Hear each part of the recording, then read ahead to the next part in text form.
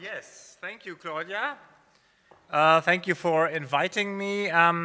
We have already started this discussion here with some of the questions, and I thought also for the foreigners, we also start with some figures, and we are not all health economists. I'm actually only a part-time economist. As you see, I have a medical background, even though I'm currently the president of the German Health Economics Association. Why do we do economic evaluation? Not only of intensive care, but of all kinds of care. This is a very simple answer here. You see, it's from the Postgraduate Medical Journal to make us physicians understand what it is all about. Well, the number of the demand for care and the intervention being treated outside ICU. So probably these might be inappropriate cases. While on the right-hand side, depending on the country and the societal definition of what an acceptable cost-effectiveness threshold is, we have the question whether this is still acceptable, whether we do not invest too much per survivor, given the high death rates. So we are looking. It's not easy. It's not the treatment, intensive care, whether it's cost effective or not. Usually, then we would also include, as I said, the long-term vision, which goes longer, optimally until the death of the patients, because we would like to see whether our treatment has an effect not on the length of stay, but also of the quality of life. And health economists in many parts of the world use the concept of quality-adjusted life years, which combines the quality of life on the y-axis with the time until death, or within the time span which we look at. And what I did here is we imagined we could define our patient group, we could define our intervention and our control, and we now look at the outcomes. And there are two possible outcomes here. We could look at the death, the time to death, and we would see here that in this case the patients being treated on an ICU die later. So the difference between death I and death C would be our measure of effectiveness. And it could be, and in this case I say this is an optimal case here, the ICU treatment, because not every ICU is so nice as in Utrecht, so it has an effect on the quality of life while they are being treated. Towards the left-hand side here, quality of life is down, and of course patients are severely ill, so quality of life is down, but then they recover and they have a relatively good quality of life here. And the quality concept would then say, okay, they gain the area marked B minus the area marked A, which is the lowered quality of life during the treatment, and we could use this additional qualities as an effect. However, this is an optimal case here. It could also look like this. So people treated on the ICU, they need ventilation, and we have problems with the weaning. They need continuous ventilation afterwards. And you see then the effect, even though they might in the end also die later, then the people not treated on an ICU would be totally different. And if we take this effectiveness, this result, into our cost effectiveness equation, then the effect would look very different. And so if you then, I want to now illustrate on one slide how this really makes a difference. And I've taken here some already older studies, but these are interesting because they took different P's or different I's and C's and calculated the cost effectiveness ratio different. Take the first one there, it's an interesting one. So they looked at patients hospitalized with stroke, and they defined the intervention, our ICU intervention of needing mechanical ventilation. And so then clearly the control group then is no mechanical ventilation. And they expressed the cost effectiveness ratio of the ICU treatment in two different ways. The one takes the only the added life years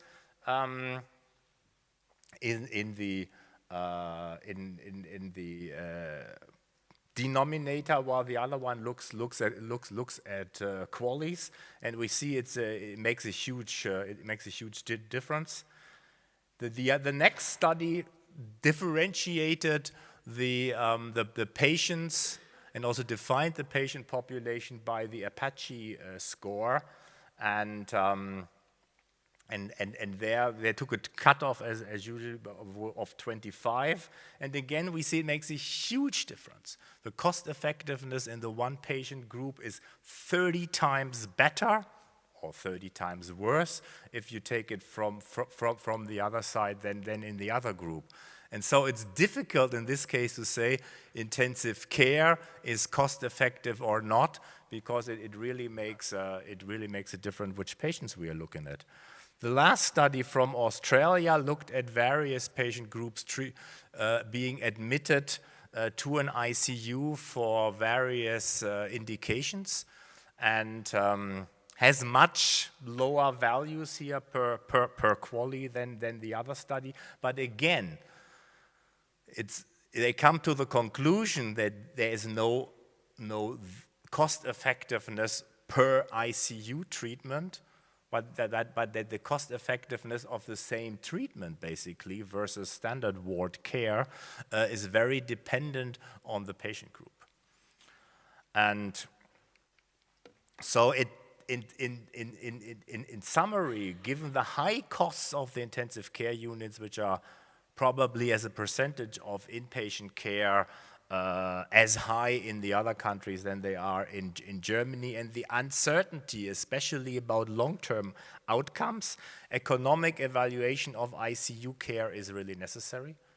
And I was a bit shocked, I must say, when I prepared for this presentation here, how little good studies are available. Because when you look at the growing number of health economists worldwide, you would really expect that more would be looking at this important area. But I think it's related to my second point here, that it requires really a careful definition of the P, the I, the C, and the O. And for many health economists, this is too complicated. And I think even here in this community, we would have difficulties in really defining this. But I think so far, intensive care probably still benefits that politicians think it is good that we have it, and it hasn't really touched their radar screen yet as much as many pharmaceuticals and so on, but it will come. We now see the whole wave of medical products undergoing economic evaluation, so this field will see the same wave. And intensive care treatment, and we have seen the wide range of figures, can be depending, of course, on which patients we look at, which outcomes we consider, and how long we look post-ICU. And I think this is an important challenge. There are basically all the studies I've looked at, they have a very, very short time frame, and especially they don't take the costs of the post-ICU period into effect. They can be highly cost-effective, but of course, they are not necessarily cost-effective in every case. And so we would, I think, be well advised, or we all would be well advised if we produce more evaluations and really say what different patient groups we have looked at and what kind of interventions being done in ICUs are really included, not only to look at ICU care in general, but really say something, what are the crucial elements? Thank you.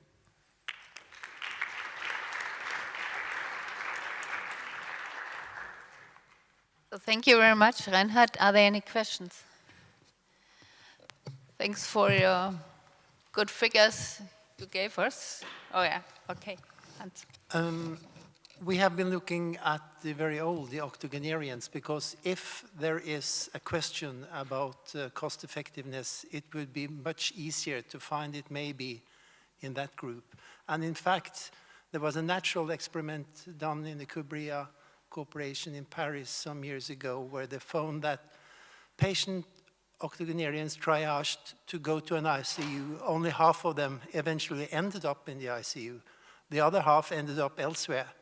And those researchers, 1 year later, they looked at the survival rate in the treated versus the non-treated, and it was identical.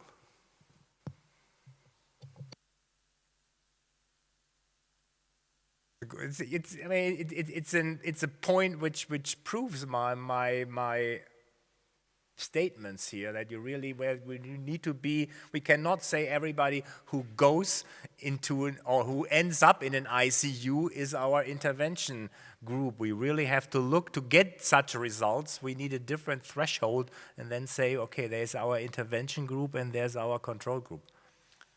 Yeah, depending on that, I think it's also necessary to look on the other side. So the resource allocation for ICU is not so well established in many settings. And if you look at this, 75% die outside the ICU, even in the hospital, within the 60 days. So this is interesting. I think we have a wrong resource allocation for many of those beds. I think this is also important to consider that. So we have both sides, I think. Yes, we have basically the false positive and the false negatives who never make it to ICU. Given the wide variation of ICU beds per population unit in Europe, and that varies from 5 to 30, where Germany is on the top and Scandinavian and UK is on the bottom, it's also interesting to look at that whole picture. Will an increase in the number of beds per population unit increase by 5-fold? Do you get 5 times as much health benefit for that? Yeah, but then I think, and then coming back to the latest discussion on the previous presentation, we have in Germany we have many beds, we have many cases. We have relatively long lengths of stay, so many bed days per capita. So in Germany, every German spends 1.7 days in hospital per year. When you look into Denmark, it's 0.6. So we spend 3 times as much in hospital than our northern neighbors. But the density of nurses per population is the same. So when they go to hospital, there are 3 times as many nurses per bed day than we have.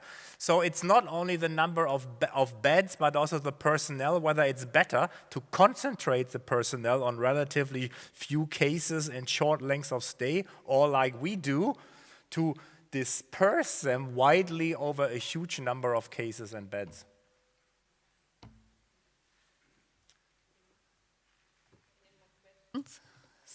So the case, thank you very much, Reinhard, for this talk.